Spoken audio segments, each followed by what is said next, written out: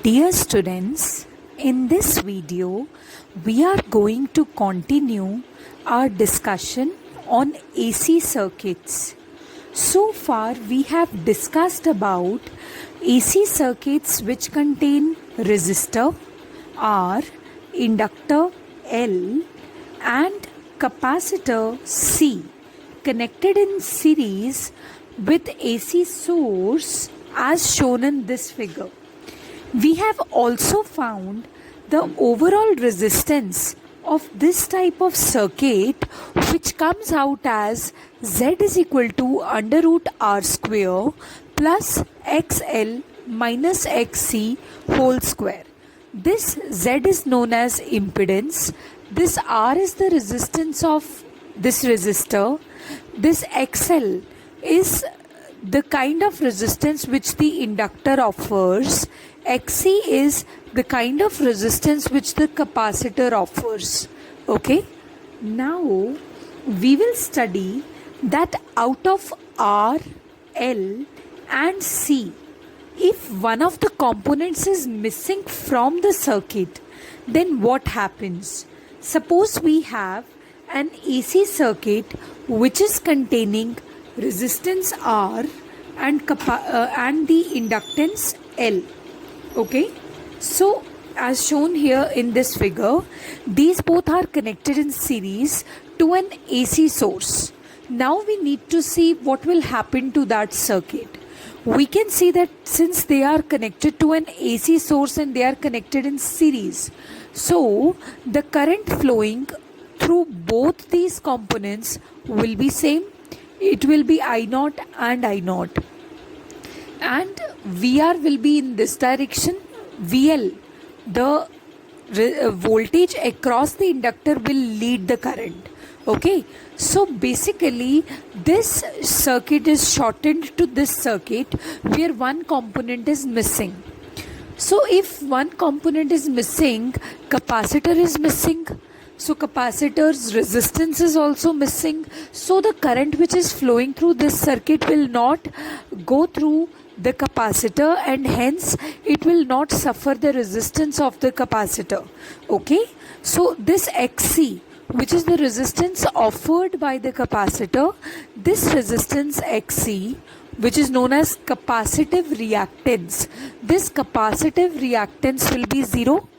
So put Xc is equal to 0 in this formula.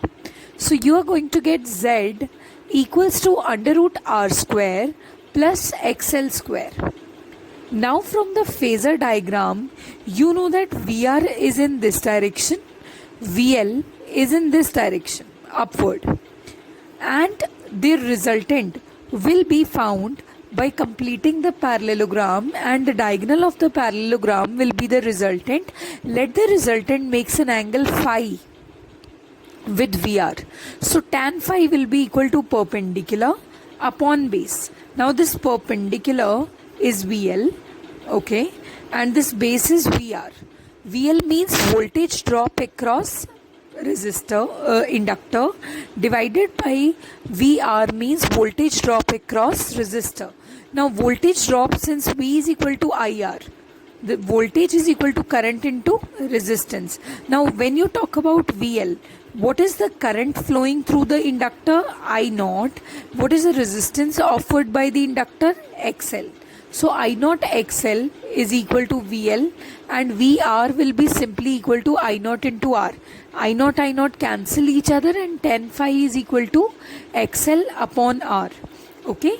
So after that, now we are going to discuss another circuit where L is missing but R and C are there.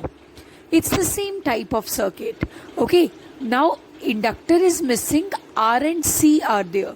So if inductor is missing, the resistance of inductor will also be missing. So XL will be 0 here. And impedance, you have to draw the circuit yourself.